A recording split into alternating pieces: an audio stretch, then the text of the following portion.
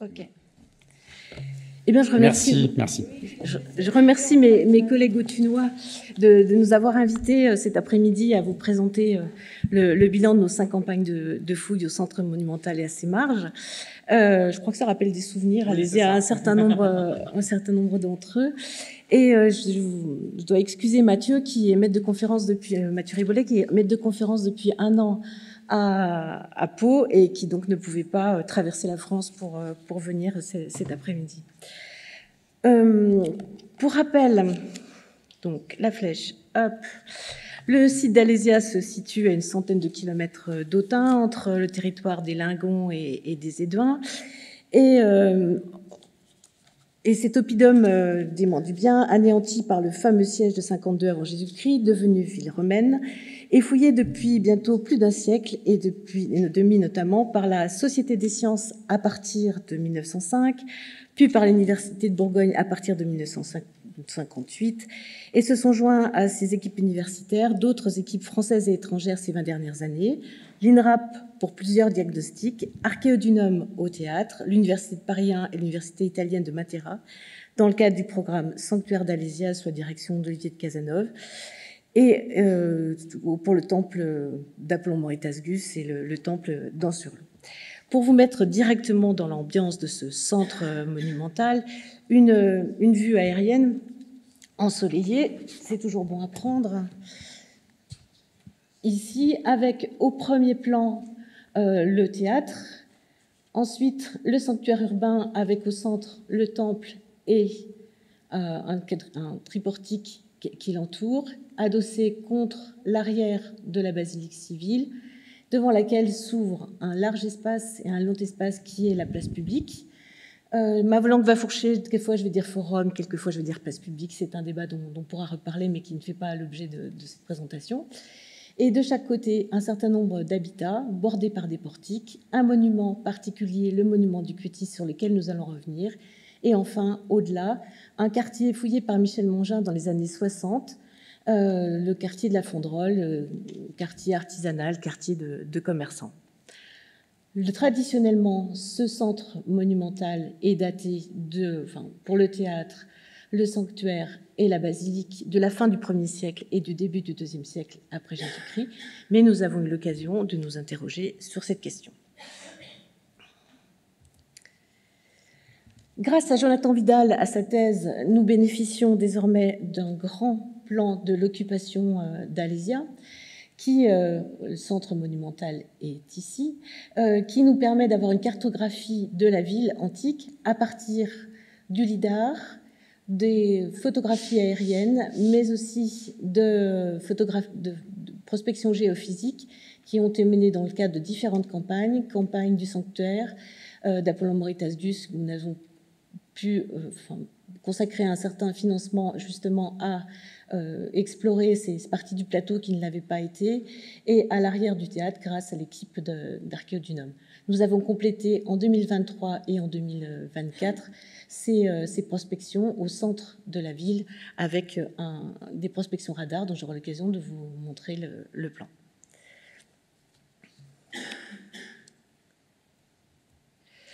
Quand on zoome sur le plan du centre monumental, vous voyez que grâce, notamment, c'est l'état 2024 de ce qu'on connaît, nous avons une très grande densité de structures urbaines qui n'étaient pas connues avant la prospection radar pour un certain nombre de quartiers, en particulier pour la bordure sud de la place publique qui est ici. Les questionnements portaient en amont sur le rôle de cette voie dite rue 3 qui passe en oblique dans le sanctuaire et semble aller rejoindre une autre voie qui est ici. Elle passe sous la basilique et donc sa datation était très importante pour nous et elle n'était pas pour le moment connue avant nos sondages.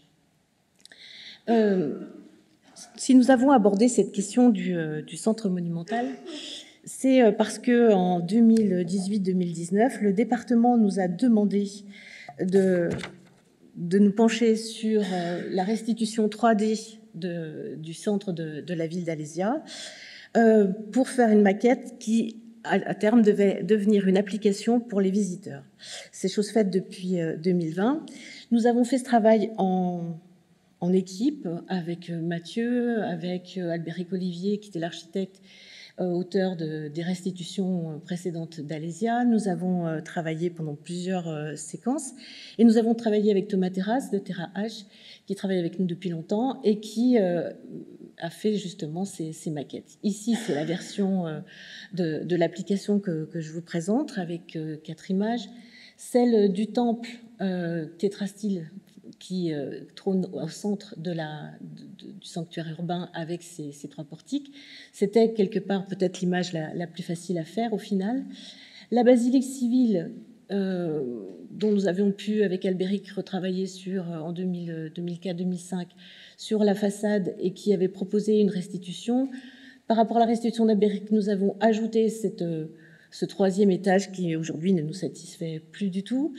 Enfin, en bordure de la place publique, un alignement de maisons plutôt cossues, avec une maison dite à la double colonnade ici. Le monument du Quétis dont il sera question est là. Et nous avions placé d'emblée un bâtiment, un monument, qui apparaissait sur une photographie aérienne de René Goguet de 2003 et qui nous semblait fermer, contrairement à ce qui avait été vu par nos prédécesseurs, cette partie du forum. Voilà, c'était la fin du forum, c'était à peu près en face du monument du Quétis. Ça raccourcissait considérablement la place et ça nous semblait fort intéressant. Et enfin, ici, une vue le long de la seule rue d'Allée d'Alésia, des 2 boutiques ouvrant sur cette rue, dans la partie de la Fondrole. L'exercice a été particulièrement exigeant quand on commence à vouloir connecter les bâtiments,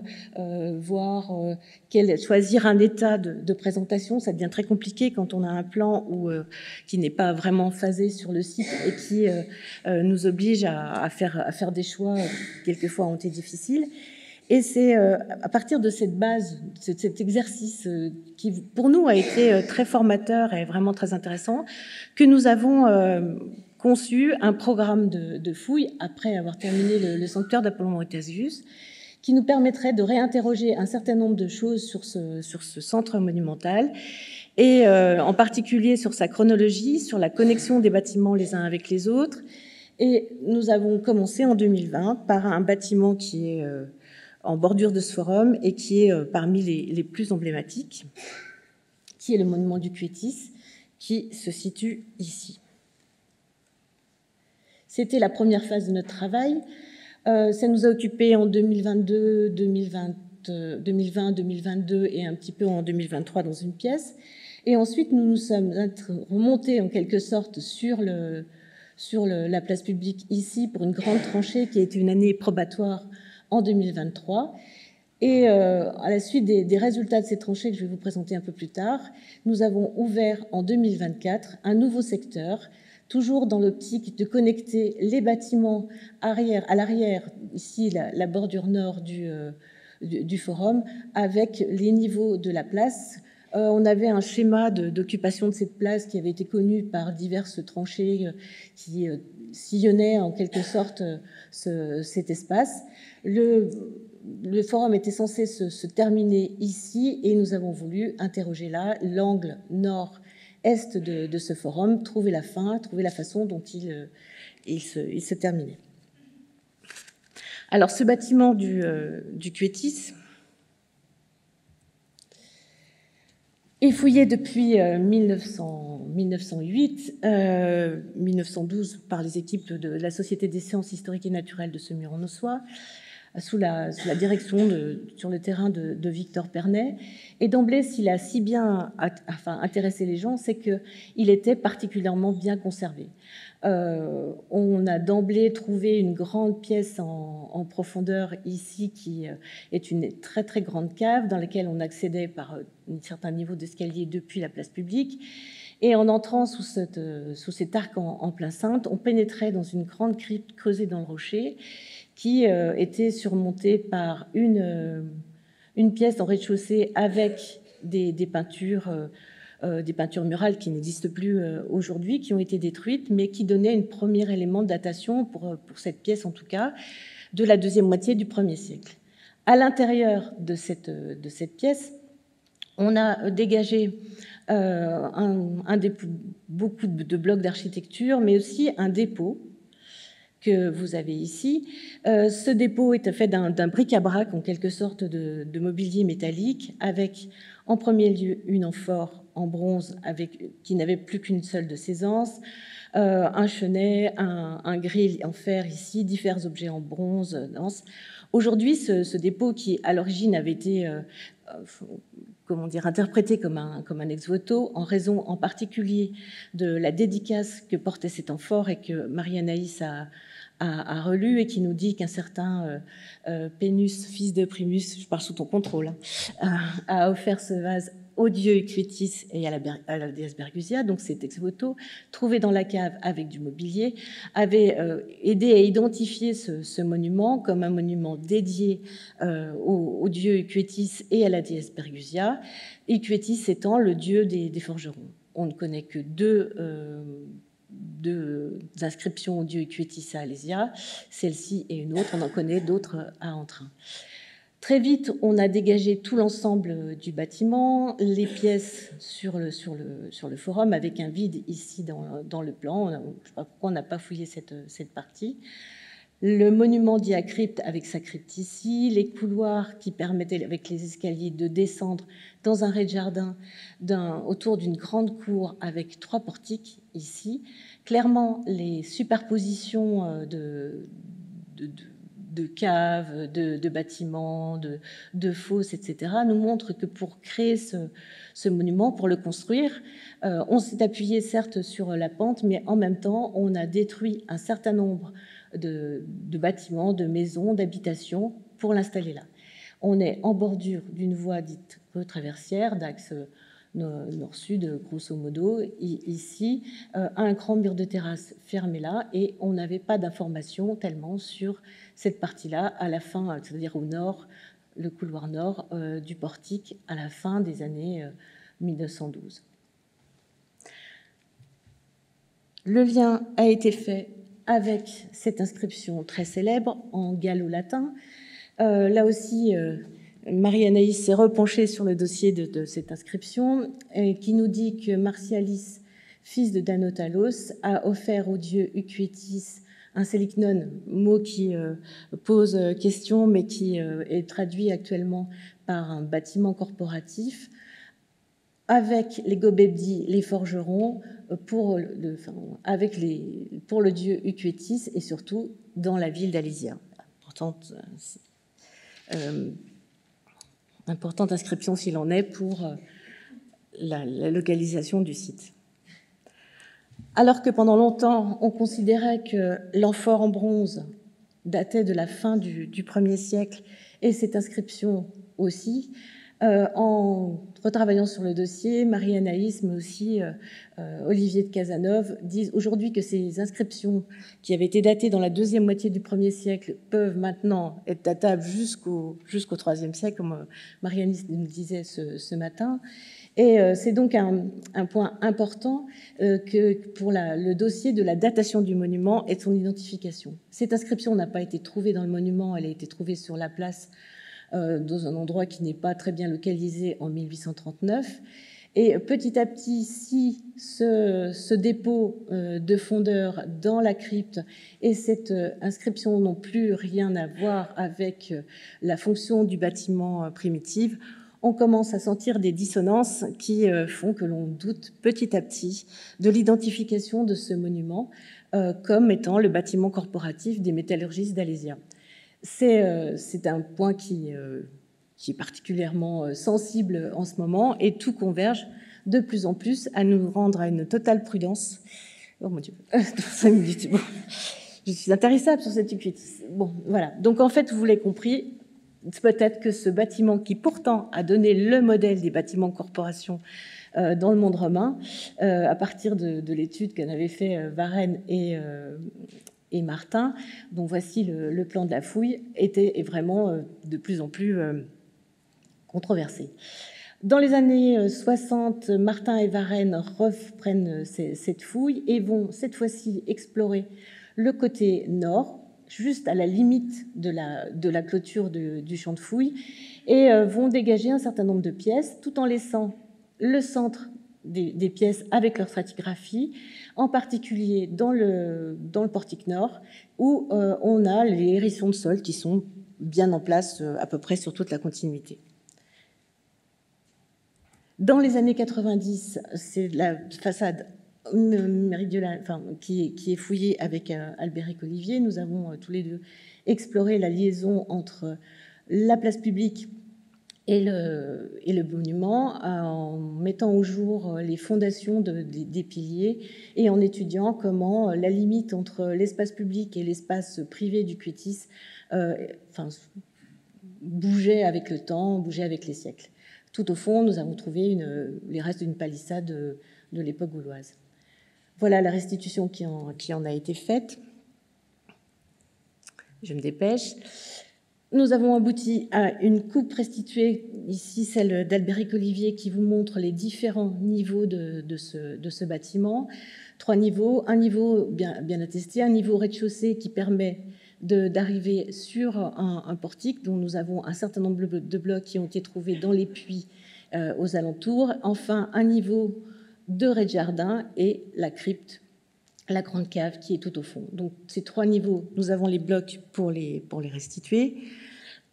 Une maquette a été faite qui nous montre, à partir des chapiteaux en console, des encastrements de poutres diverses et variées, que l'on a ici une architecture mixte de pierre et de bois, avec tous les blocs qui montrent comment on s'agence ici à la Noue dans cette partie. Enfin, la restitution de la cour, version hiver, de l'application faite pour les visiteurs par Horizon. Voilà. Il y a la version été, il y a la version hiver. C'est comme ça.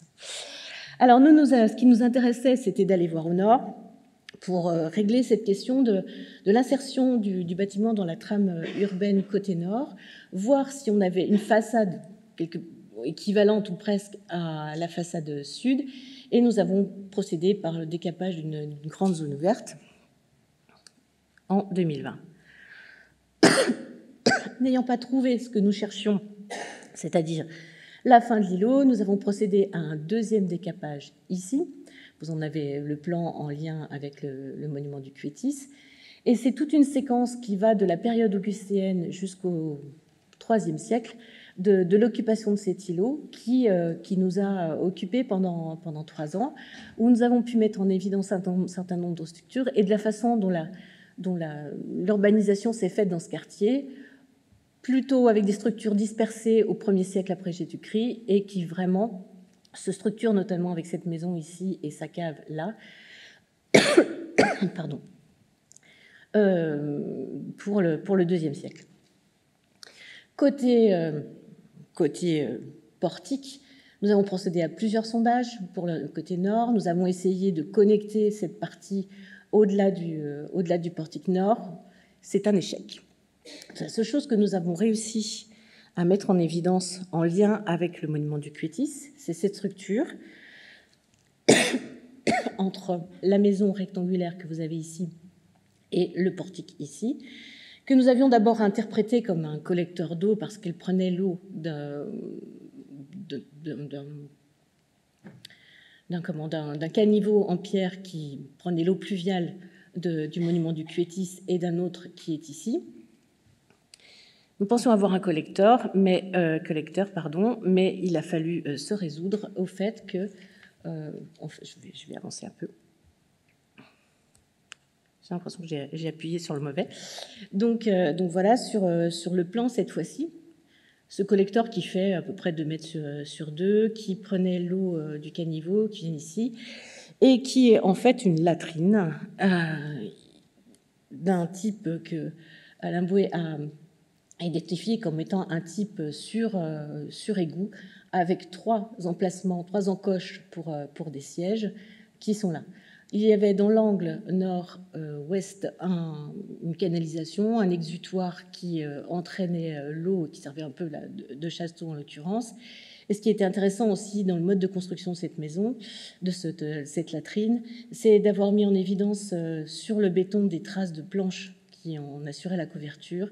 Et je ne sais pas si vous pouvez la voir, mais des traces de pas, de chaussures, de semelles à clous ici. Pour l'anecdote, une cruche coincée dans la canalisation qui peut-être a servi aux ablutions. Autre point très intéressant pour le monument du Cuétis, c'est ici, en avant de ce monument, pour le 1er siècle et début de l'occupation ici, une carrière qui nous a permis, qui faisait 2,50 m sur 1,70 m à peu près, et 2,70 m de profondeur, de voir que les premières occupations de ce secteur sont consacrées en partie à l'extraction de matériaux, l'extraction du calcaire. Voici les bancs de calcaire ici, et surtout le contenu présentait une très grande abondance de céramique, et aux 4 coins de la carrière, des vases de la première moitié du 1er siècle, une assiette en terra rubra signée Atec Nude des ateliers champenois, une assiette en terra nigra, un gobelet en terra rubra avec un motif rainuré, et un bol signé ATI des ateliers de Lyon en sigillé, qui vraiment donne une datation assez certaine pour ce point. Kevin, je pourrais te parler des monnaies après, si tu veux.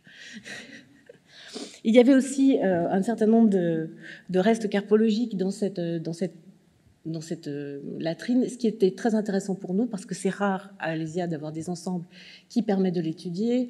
C'était le dernier étudié, c'était sous le belvédère,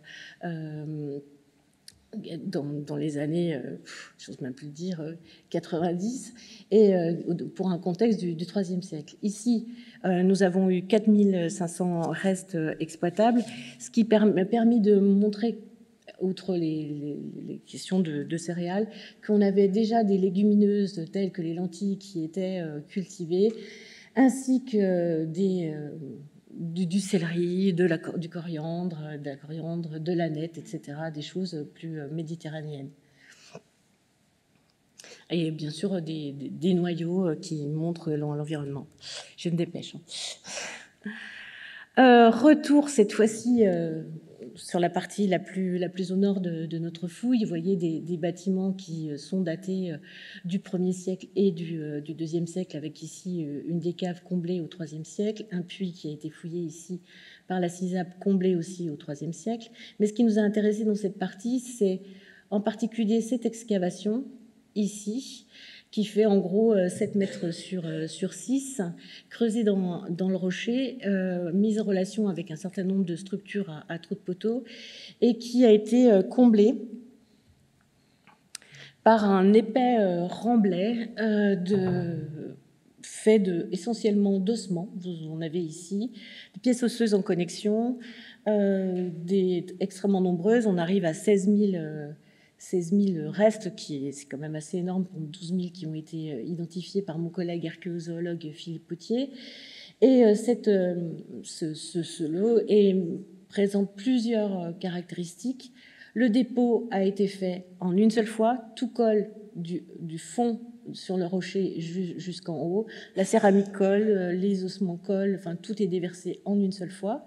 Donc c'est un événement en une fois, et l'analyse du mobilier, en particulier donc de la faune, montre qu'on a affaire certainement au reste d'un festin, des restes de boucheries qui ont été consommés. On a consommé différentes espèces, des bœufs dans la plus grande quantité, des porcs, des chèvres pour la triade principale. Il faut y ajouter quelque chose de plus surprenant, c'est pour la période de ce festin, des chevaux et du chien, des espèces sauvages aussi. Et quand Philippe s'est amusé, à essayer d'évaluer les quantités de viande, on arrive à des choses quand même assez gigantesques. Plus de 4 tonnes de viande bovine, 1 tonne de viande de porcine, 260 kg de viande caprine. On commence à avoir un banquet qui a réuni énormément de monde. On ne sait pas où, mais en tout cas, à proximité, on a rejeté tous ces déchets de ce banquet. avec du mobilier métallique qui était étudié par Michael Brunet, des restes de parures, de fibules en fer, des armes, des fragments, des flèches complètes, des fragments de fourreaux d'épée, des clous d'imbeau, des clous de côte de maille, des couteaux, tout un bric-à-brac, de clous de menuiserie, de clés, de fragments de meubles, et puis des potins gaulois qui ont été étudiés par Laurent Popovitch. La céramique est aussi très présente. J'ai pu dénombrer plus de 7000 restent dans ce tesson, dans ce dépotoir, avec beaucoup de collages du haut vers le bas et avec un nombre d'individus qui statistiquement donne des choses très intéressantes puisqu'on a un nombre minimum d'individus de 635. Ce qui caractérise selon ces éléments qui permettent d'avoir une datation assez fine avec des restes d'assiettes du type Lambolia 7, ici d'assiettes de plats, qui sont des dérivés de campaniennes et des pressugilés caractéristiques à Alésia de l'horizon augustéen, des terra nigra, des assiettes du même type d'ailleurs, mais fabriquées cette fois-ci en terra nigra ou même en argile locale non tournée bioclastique, des petits gobelets, dont un ici en terra nigra avec un bord concave caractéristique aussi des parois fines de l'époque augustéenne. On a des parallèles au Montbeuvray pour toutes ces choses-là dans cette période-là. Et avec de la vaisselle, beaucoup de vaisselle de table, c'est ce qui est la plus représentée, mais aussi une vaisselle culinaire qui qui reprend les formes bien connues pour l'Athènes des deux à Alésia, des pots de pots à cuire, de marmites, dont des marmites à bord en S, qui ici, en profil en S, qui ici connaissent une évolution. Donc un ensemble suffisamment important pour apporter une datation sûre du tournant de l'ère, 10 avant, 15 avant, jusque peut-être 5, 10 après, que nous avons confronté à des datations carbone 14 sur 8 échantillons. Et si le plus probable, c'était plutôt une datation, vous voyez, dans la première moitié du 1er siècle, ce qui colle avec le mobilier, c'est en fait cette analyse-là qui se fait là aussi un peu avant 0, 10 avant 0 et 1 ou 2 après 0. Donc un ensemble bien daté, très abondant, qui nous reste à interpréter. Et voilà. Et donc, ce sera l'objet d'une publication sur laquelle nous allons pencher à partir de 2025.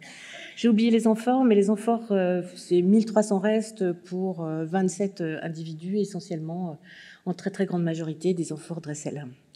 Donc, nous ne savons pas à quelle pratique, pour cette époque, si nous avons un banquet religieux, si nous avons un banquet civique, nous ne savons pas. Nous savons juste que cet ensemble, ce dépotoir, témoigne d'un événement qui s'est produit à Alésia entre moins 15 et plus 15, qu'il nous faut interpréter, mais nous avons très peu pour ce genre de pratique, très peu de comparaisons pour le moment. Et nous avons fini avec le monument du Quétis en faisant un sondage dans cette pièce qui nous semblait avoir encore des stratigraphies. Je vous dis tout de suite, c'était un échec. Il y avait presque rien. Sous 10 cm de terre, des hérissons conservés très difficiles à interpréter. Donc, voilà. Alors ça, c'est terminé ce programme. Quand nous avons voulu ensuite retourner sur le plateau, proprement dit sur le forum, nous avons procédé d'abord par une grande prospection radar sur cette partie-là, complétée en 2023, complétée en 2024 par ces deux surfaces, et qui nous ont montré qu'on avait quelque chose de très très dense, surtout côté sud, des structures qui ne sont pas du tout connues ici, qui ont été cartographiées là aussi par Jonathan Vidal. Et nous avons, je passe vite, je suis désolée. Nous avons travaillé donc sur la création d'une grande tranchée de 20 mètres de long pour 4 mètres de large, que nous avons connecté à la fouille des années 90 sur le portique du monument du Quétis.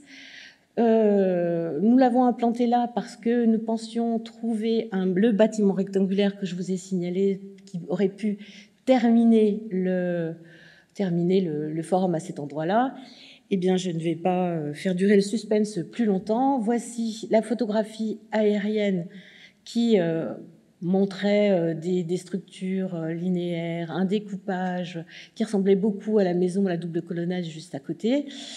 Nous n'en avons rien trouvé à la fouille, ce qui a beaucoup interrogé Jonathan Vidal, qui a repris les clichés de René Goguet pour s'apercevoir que, en fait, en 2003, il y avait un événement, un festival, qui avait implanté à cet emplacement une buvette, et que c'est cette buvette qui, en période de sécheresse de 2003, avait si bien laissé des traces. Le festival a aujourd'hui disparu, comme les traces du bâtiment. Bon, voilà. Échec sur ce plan. Nous pensions aussi que cette partie, nous voulions intercepter la rue 3. Ça, c'est une réussite. Vous avez ici cette surface de la rue 3 que nous avons trouvée et les sols qui l'abordent pour la place. Mais un tiers de la tranchée était complètement fouillé par nos prédécesseurs, ce qui nous a quand même permis d'avoir une très belle stratigraphie du sol naturel sur les sols de la place ou de l'habitat, des structures qui sont ici en bordure du forum. Et ça a été au moins cette possibilité. Nous avons fouillé la moitié en 2023, cette partie-là, laissé une deuxième partie. Donc c'était trop lourd de faire toute cette... Enfin, c'est très dur d'enlever les voies qui sont faites en hérisson et tous ces sols. Et nous avons remis à cette année, en 2024, la suite de cette fouille qui... pardon, je suis allée un peu vite. Non, c'est bon. Donc, sur la base de cette... Non, reviens, s'il te plaît. Sur la base de cette stratigraphie, oh, mais c'est pas vrai, décidément, nous avons montré que nous avions deux niveaux superposés de la rue 3, qui étaient voilà, avec, comment dire, deux niveaux de cette rue 3 construits au IIe siècle, dans la première moitié du IIe siècle, d'après les datations de la céramique et surtout des niveaux adjacents très peu nombreuses. Au milieu du IIe siècle, cette rue 3 est réenglobée dans un pavement qui fait toute la place cette fois-ci. Elle n'apparaît plus comme une voie, mais comme un élément de soutien dans la place. Et pour ce faire, on a récupérer un caniveau en pierre de ce côté-ci et de ce côté-là, avant d'étaler partout un grand remblai. La fouille 2024 a montré qu'en bordure de la voie et sous la voie, le placement de la voie est ici, on avait en fait, en bordure de cette voie, ce qui a été détruit et remblayé par ce grand niveau gris du milieu du deuxième, un bâtiment en bois. Donc vous avez l'arrière ici avec une sablière basse, et des trous de poteaux. On en avait 3 en 2023, on en a 6 maintenant. Type bâtiment en bois, donc type qu'on ne connaissait pas encore à Alésia, et qui bordait cette rue et qui était à raser avant d'être complètement... que la place soit réorganisée. Ce qui nous intéressait aussi, c'était de savoir si on avait un état préalable à la rue 3 avant l'état du deuxième. Eh bien non. La rue 3 a été aménagée après nivellement de toute cette zone sur un cailloutis qui est directement posé sur le rocher. Et donc la rue 3 est une création du IIe siècle, de la première moitié du IIe siècle. Et comme vous vous souvenez, la rue 3 passe sous la basilique. La basilique est donc maintenant datée, ainsi que beaucoup des bâtiments du centre monumental, plutôt de la deuxième moitié du deuxième, voire de la fin du IIe siècle. C'est une remise en cause des datations du centre monumental d'Alésia qui est un des apports les plus intéressants de notre fouille. Enfin, 2024, je me dépêche, nous avons ouvert cette troisième zone ici sur 240 mètres carrés. Nous voulions donc intercepter le portique, faire le lien avec le portique sur la place et voir les bâtiments d'îlot 59. Nous avions, pensons-nous, visé une zone non fouillée. Hélas, là aussi, un tiers de la fouille a été complètement vidé par nos prédécesseurs, nous laissant quand même 4 piles qui étaient vaguement connues sur un plan, mais pas du tout à cet emplacement. Un bâtiment ici que nous allons diagnostiquer l'année prochaine. Ça nous a offert une très belle coupe sur tous ces niveaux et sous un remblai fait de grands éléments de toiture qui est dispensé sur toutes ces pièces, nous avons eu la chance de trouver une petite cheminée que vous avez ici. Les niveaux que nous voyons, ce que nous avons pu nettoyer au mois de septembre, montrent que ces niveaux sont probablement à mettre en lien avec un artisanat métallurgique. Mais ça, je pourrais vous en parler une autre fois. Voilà, je vous remercie de votre attention.